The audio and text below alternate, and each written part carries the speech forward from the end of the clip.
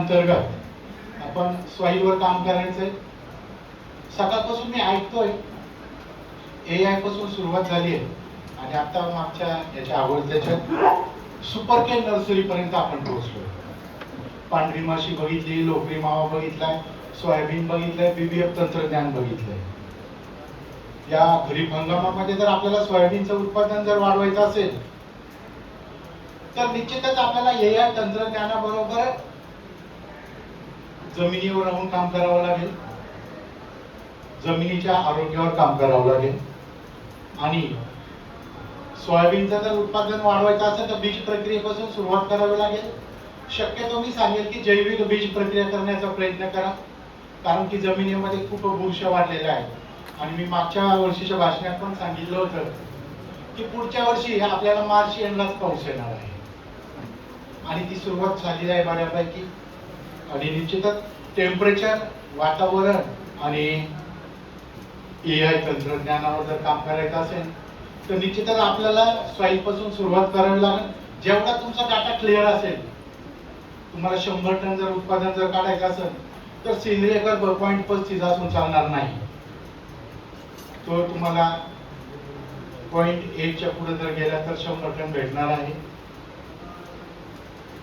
तसंच कीड आणि रोगाच्या बाबतीत जर बोलायचं जर झालं तर आपल्याला वातावरणाशी मिळतं जुळतं राहून कीड रोग नियंत्रणाबरोबर सॉइल मधून येणारे डिसीज आहेत त्याच्यावर काम करायचं आहे.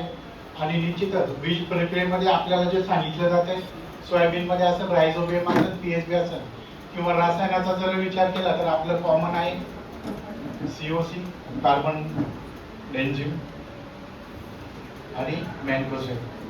त्या गोष्टीचा आपल्याला वापर करावा लागेल.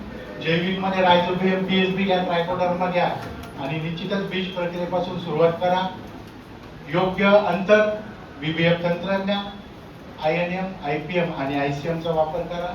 निश्चितच ड्रोन टेक्नॉलॉजीचाही तुम्ही वापर करणं आज क्रमप्राप्त झालेला आहे. आपल्या बॉक्स मधले ड्रोन तुम्ही बाहेर काढा.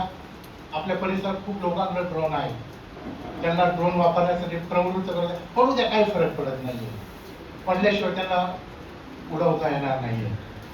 आपल्याला ड्रोनवर पण काम करता येईल. सूक्ष्म अन्नद्रव्याच्या फवारण्या करायला सांगा.